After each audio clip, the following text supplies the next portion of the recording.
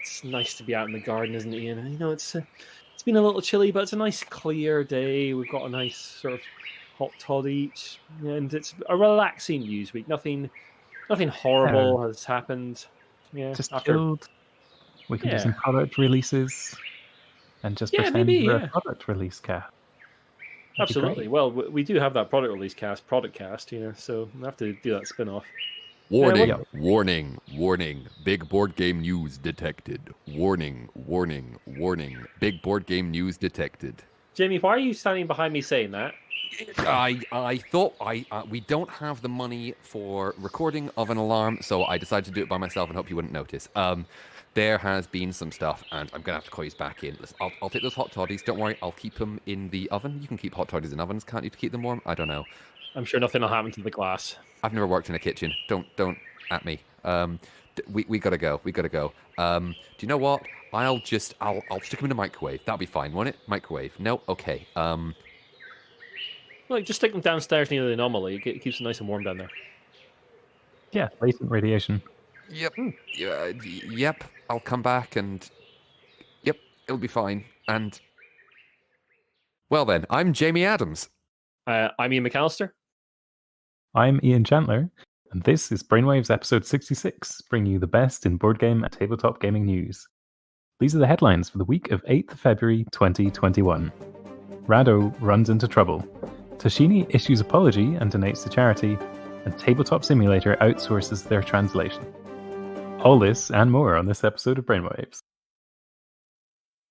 Our first episode of news, Mr. McAllister. Our first episode of news? That makes no sense. But anyway, let's run on with it. So, of course, last time on the cast, we were talking about all sorts of problems in the board gaming community with people saying things they really, really shouldn't. Well, we thought that was all over, and we're looking forward to a nice, quiet week. Unfortunately, that has not happened. Richard Ham, who is more commonly known to the tabletop community as Radho on Radho Runs Through It, is one of the biggest video podcast people in board gaming. He's got a huge, huge channel. On episode 69 of his podcast called Radho Runs Through It, he responded to the criticisms of Daniel Tascini and also weighed in on Phil Eklund and Robert De Boer of Fun Again Games. I listened to the cast first thing this morning on my way to work, and I can summarize it as follows. He's very defensive about Tascini, claiming people have an axe to grind over the matter. Radho claims to have done research and asked Italian friends over the word neri that is part of what Tascini said and has been interpreted as the N-word by some.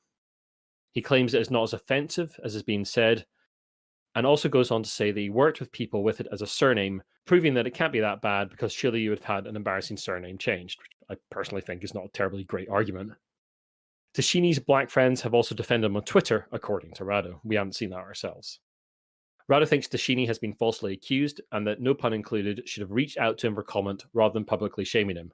Notably, while publicly shaming, no pun included, on his cast. Previous mistakes by Tascini over Aztec and Mayan cultures in... Jamie, can you pronounce this one for me, please?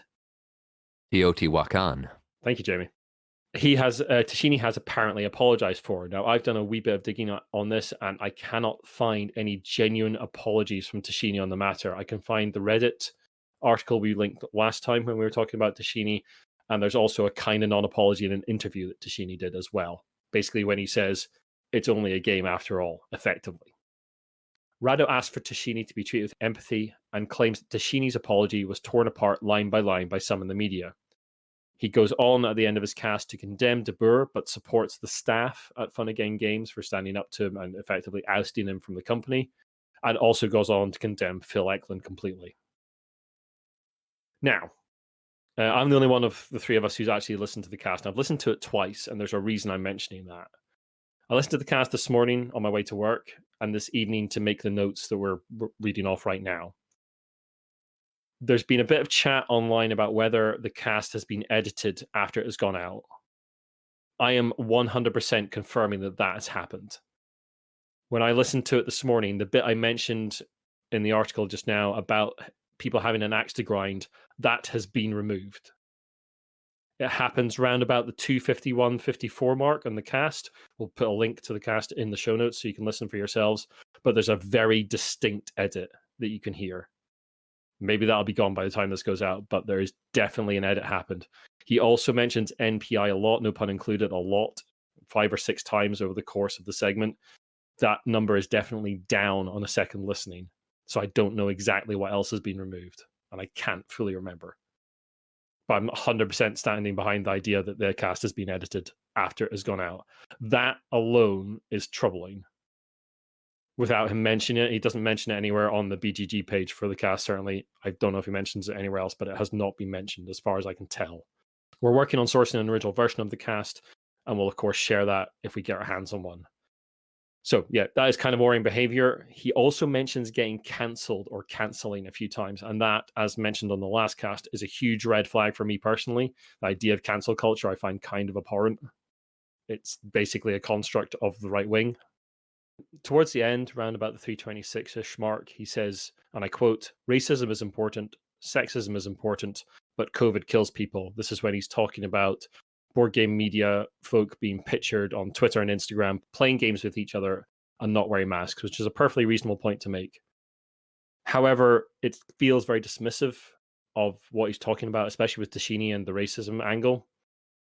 And it's well established by now that the Black community has suffered a lot more from COVID than the white community has, and that poor communities that are predominantly BAME have also suffered more.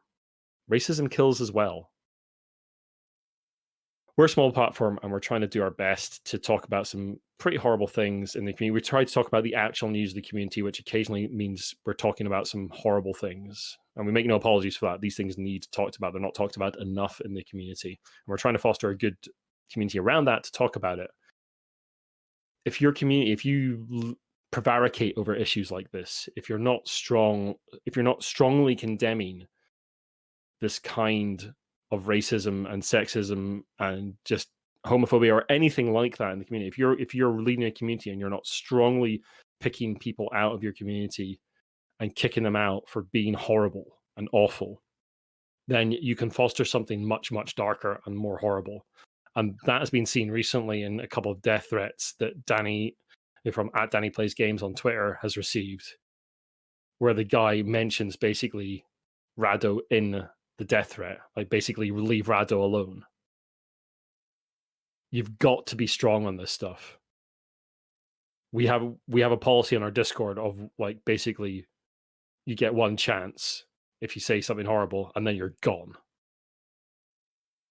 And it'd be the same for anyone who follows me on Twitter or Facebook. I run the Twitter and Facebook for the most part. If you have opinions like this, I don't want you following me or anywhere near anything I do. You can leave. The door's that way. I don't want to hear from you. I don't care. Don't shout about rules or whatever. I don't care. We've got to be strong on this stuff, and we've got to take a stance. And if we don't, stuff like what's happening to Danny Plays Games happens, and that's completely awful.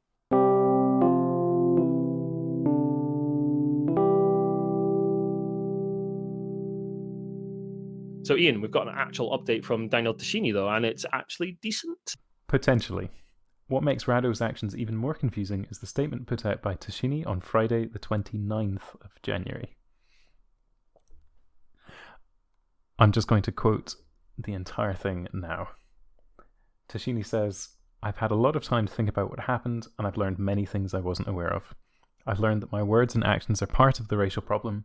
Instead of trying to understand your point or view or listen to your words, I was more concerned with trying to explain why the white European view should win the argument. I've also learned that no matter what my intent is, the result of what I say or do can still cause harm to somebody. I didn't mean to hurt you with my words, but I did, and for this I am sorry. I also didn't want to reject or ignore you when I finally understood that I had hurt you, but I did, and for that I am sorry. I'm also sorry that I tried to make excuses for myself instead of just apologizing and making sure that you were okay.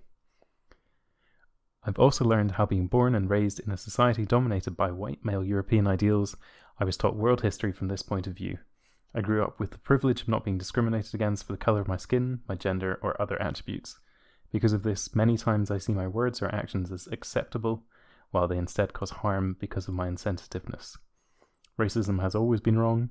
It doesn't matter if someone is just a little racist or very racist, it's still racist. How many times have I made similar mistakes in the past? I don't know, but probably many times. There's a saying, you don't know what you don't know. But I want to know, I want to learn, and I want to change. I've said that I don't see myself as racist. Today I also understand that I can't just be satisfied being not racist. I want to be anti-racist. I know that I have a lot to learn, and I apologise if I slip up and make mistakes along the way. I promise to educate myself with the help of others. I want to be an active part of fighting against racism and other social issues. I want to learn from my mistakes and improve.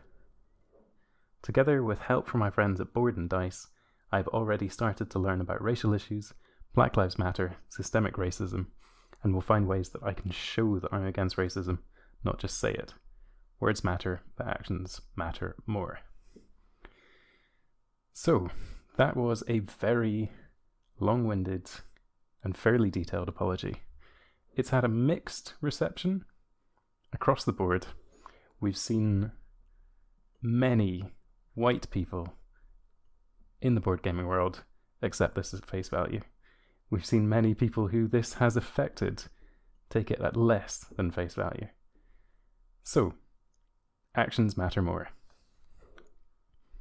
On that note, it does appear that Tascini seems to be moving forwards. He's pledged to put 15% of the profits from his next game towards organisations that support people of colour and fights for their rights. We're getting this from German site kulturgutspiel.de, and we will share that post as it has a good summary of the whole affair. On behalf of Giant Brain, we are not accepting this apology for other people. It's not our place to say whether this is good enough for the harm that he's caused people. We're just reporting on this and letting people make up their own minds. And Jamie, while we're on the subject of translation issues, that's one way to put it. Berserk Games, makers of Tabletop Simulator, something I believe has done, let's call it gangbusters, since the pandemic last year. It's almost a year old. How time flies. Tabletop Simulator is putting out an update. Well, it did on the 29th of January. In this update, they say Tabletop Simulator now supports 29 different languages, which is good, via Google Translate. Oh. Berserk Games additionally said they were excited to see what native speakers in the community can come up with for the most authentic multilingual gameplay experience. give us your labor for free. So reaction has been one of mixed maybe? Disbelief, noting rulebook translation services are expensive due to both language nuance and localization required to correctly translate, and several high-profile errors, for example, game title level, have been found immediately. Berserk's secondary point about using native speakers has been interpreted as relying on unpaid labor. I think I think it's worth reaching out to a wider community. Absolutely, I think it's worth. It is. Yes, reach out to a wider community, but go all the way for it. Don't do half the work and then go. Could you do it, guys? Because yeah, this is an accessibility issue, really, isn't it? It's you're trying to make your platform more accessible, and rather than actually spending some of the money that you probably have from a year of people like us sitting in rooms going, well, it's better than not playing board games, isn't it? And buying your thing. You've decided to push that out to the community. Also a platform which is kind of controversial. Let's face it. We use Tabletop Simulator. We like it, but it is a controversial platform that has a lot of copyright problems because a lot of the games on there are not there by the permission of publishers.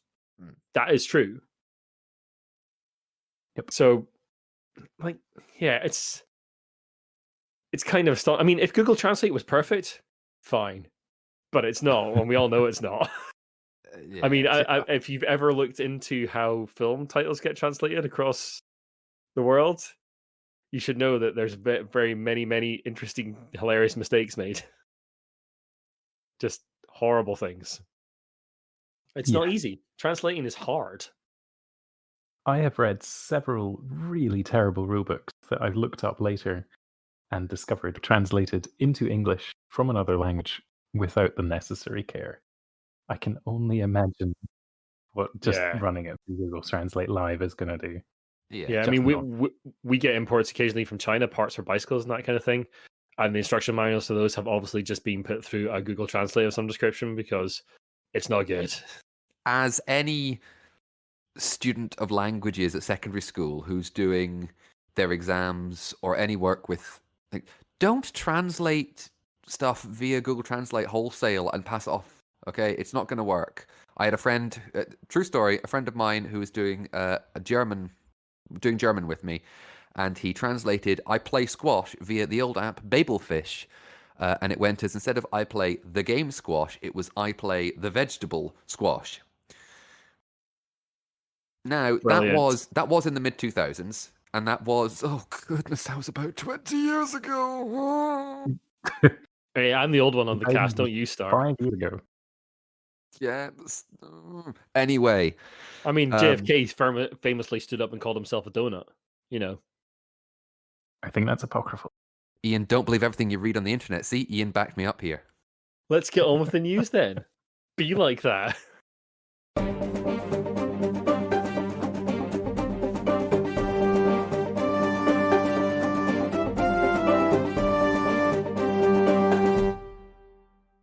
Do you remember last year, gents, when Wizards of the Coast had, let's say, some issues all around representation and generally being nice? Yeah, you remember that? They had some issues, and you think they'd want to work on that, right? Like maybe be a bit more inclusive, bring more people into the community, be a bit more open. You'd expect that from them, right? Have I got news for you? Tweeted out from the official Wizards of the Coast Dungeons and Dragons account. A new actual play series was announced starring Muppets. So far, so good. However, the picture accompanying the announcement caused quite a stir because front and center is a sentence that I never thought I'd write down in some show notes: an amply bosomed Muppet in a chainmail bikini. Now, sorry, that isn't funny, but it is fun. It is kind of funny. It's funny in that you had to write it, and I've now said it. Yeah. Yep. Now, the cast of this actual play series, they made their own Muppets. Like, so it is someone's creation. That's what they wanted to be represented by. And as a few people point out on Twitter, it's not a problem to have a lady with large assets in your game, Muppet or otherwise. But the problem really comes with the representation of chainmail bikinis once more, like this sexualization of women in fantasy. And you're sexualizing a Muppet, which is just plain goddamn weird. Leave that to Avenue Q, because they are people who, A, have a full-formed story, B, very good at what they did, and C, it was funny.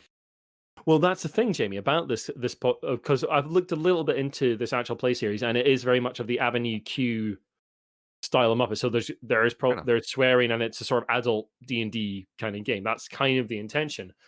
But considering all the Wizards' problems last year, this feels incredibly tone deaf. Just shockingly so.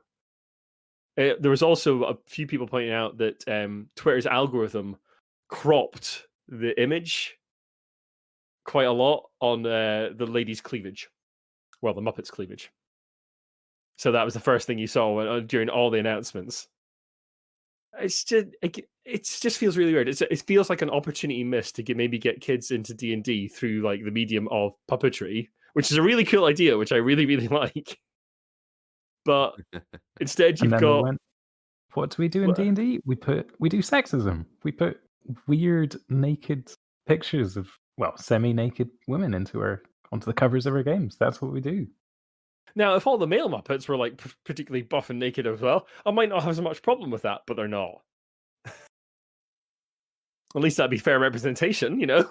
But instead we have this. Depends on the power balance as well with that kind of stuff. It does depend on power balance. There's a lot of other factors there. Yeah, I'm being a little glib there, I know. But you see my point. But yeah, it just feels really tone deaf from Wizards. Like, you've had such problems in the last year. You've got an opportunity to do a thing here, and instead you're putting out this, and it just beggars belief. It really does. I mean, it's slightly funny, but it's also just what? The method and how it was announced is summed up really neatly by Emma Larkins, who is a host at Ludology Pod and well-renowned designer in her own right. On Twitter, she said, "Here's what's bothering me about the D&D puppet boobs thing. Wizards of the Coast, a company with ongoing diversity issues, posted the image with no context, knowing it would make a certain demographic unhappy. Then they used the fact that the look was created by a black actor as a gotcha. They can do the thing they've got into trouble over the past, stereotyping women. Just look at any old D&D or Magic the Gathering art and use a person of color to shield them from consequence. Yeah, that's not great, is it? It's pretty either terrible, incompetent or it's Yeah, it's either willfully incompetent or malicious, and depending on how you read that, it's not good either way. Anyway, Ian, on to slightly happier news of a new company for me. onto some very good news that we're happy to put a spotlight onto. There's a new company from Isaac Vega, designer of Dead of Winter and Forgotten Waters, and Lindsay Road.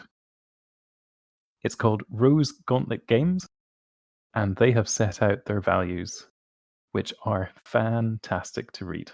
Also of note is that Danny Plays Games, who we spoke about earlier in the episode, has been hired as their marketing manager. So it's just a fantastic team all around. Rose Gauntlet's values are what really stands out, however. They say, "We believe games are for everyone, and that their greatest purpose is to bring people together. We aim to make our games an enjoyable experience that reflects the diverse community that plays them." They strive to build community. "We believe that community is the beating heart that keeps our company thriving. We are dedicated to creating a place of respect where community can grow, to listen to the feedback of our fans, and to leave a lasting positive impact on our industry." They believe our hearts are in our stories. "We believe that every game can tell a story, and within those stories we have a chance to reveal our hearts. We aim to only move forward with projects that embody a deeper meaning. Stories that say something about who we are, what we believe in, and serve as a moment to truly connect with our community." Their final value is resilience. "We believe in the resilience of ourselves and our team. When things go wrong, we don't give up or waste our time with blame. Instead, we focus on their solution and never stop moving forward. We stand up for what we believe in, our community, and one another." Lovely. Yeah, a new company fully setting out their values like this is exactly what we need in the industry. It's great to see. Fantastic stuff. Love it. Yeah. Yes, yes, So, yes. Jamie, I believe you have some news about Magic. Yes. Now, we've talked a lot on the cast in previous podcasts about Pokemon cards and some of them going for ridiculous amounts of money. Well, this time it's not Pokemon cards, but it is another card game owned by Wizards of the Coast. Well, Pokemon was originally owned by Wizards of the Coast. You know what I mean. And that is the granddaddy of them all, Magic: The Gathering. With news of a Mint Gem 10. Now, I think that was explained before, but that is absolute perfect condition, like it just came off the production line. Yeah, there's very few cards that are Mint Gem 10 level, but a Mint Gem 10 Black Lotus has gone up for auction. Now, the price was pushed to $700,000 before bids were denied due to not being able to verify the bidders. Sitting at around $300,000 for a week, some late bidding pushed the final bid to $511,000. That is, of course, just over $500,000 for a card. But it is not just a card, it's in Mint Gem 10 Black Lotus. Now, I do not play Magic the Gathering, but even I am aware that this thing is a big flippin' deal. This pushes Magic the Gathering back above Pokemon for the most expensive singular card sold, which previously was a Charizard worth $360,000. Now, Pokemon, of course, continues to garner lots of money, and those fine folks at Dicebreaker have noted that controversial YouTuber Logan Paul, who has been heavily involved in Pokemon price auctions, will be auctioning cards live on stream soon, including his own personal brand of cryptocurrency as an incentive. His what now? Yeah, I don't. You are. I'm going to say right now, I don't care about personal cryptocurrency, but it is, the children of the 90s. I know they're a bit younger than, growing up early 90s, but they're now able to get this stuff from Pokemon cards. Big pop culture. It's the biggest selling, most profitable pop culture franchise ever. Yeah. That's a lot of cheddar there. Quite astonishing, isn't it? And amazing news for the Black Lotus as well. I say it as well. That was the main story. Anyway, Ian, coming away from capitalism, Asmodee is getting its science on. Yes! Asmodee have created a research program called Game in Lab, which aims to provide meaningful data in board gaming. The results from their first clinical study, which is called Cognitive Adaptation Behavior, were released at the end of January and showed that board games provide significant beneficial effects on those suffering from Alzheimer's disease. The study had several phases, including the final phase, which was a 2-month study on 20 patients, involving questionnaires and phone interviews.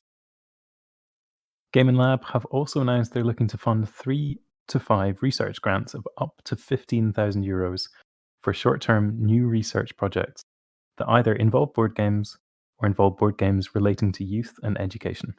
We'll include the link on how university researchers can apply in the show notes. Otherwise, great to see some science happening. Fantastic. It's a small study, but step in the right direction. There's always been this sort of kind of little studies done here and there which show that board gaming is good for people with Alzheimer's and other cognitive diseases. So yeah, it'd be good to see a big company actually throwing their weight behind some research to actually prove that once and for all. Fantastic stuff.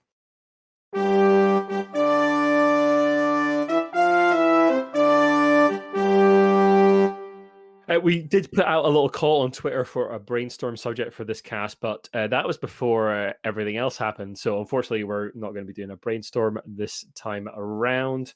We'd just like to give a shout out to all our patrons. Thank you very much for continuing to support the cast, including new patron Campbell Kinnaird, who recently joined us. So thank you very much. Come along to the Discord, have a chat with us, and you'll get access to some extra bits and pieces on the Discord server as well.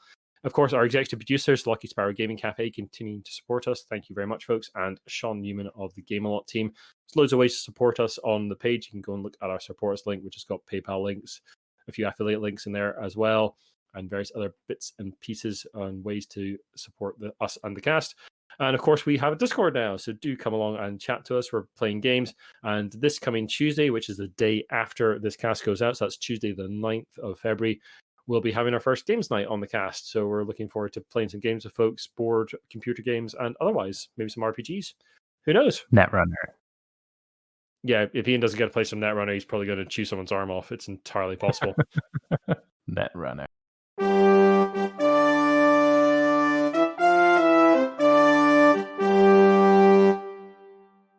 Yes, it's the end of the show, which means only one thing, Monopoly time. Now, normally, of course, I have Monopoly news, but since we had Monopoly Speed last week, Monopoly has sort of needs a breather for a wee while. So it's having me sit down. It's got a bottle of isotonic sports drink. It'll be fine. Might be back soon. Don't worry about that. Instead, I've got some news from the block-tumbling, high-stakes world of Jenga.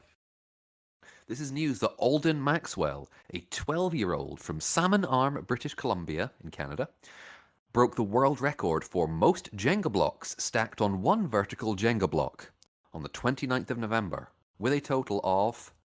Guess how many blocks, guys? Actually, this is going to be useless because you've all seen the document. 10. We've got to start hiding numbers in the document. We've got to start hiding numbers. It is 693 blocks. According to the official report on the Guinness World Records website, Alden has wanted to earn a Guinness World Records title since he was 6 years old and has been balancing and stacking objects for as long as he can remember. Now, there is a video of the attempt. So cool.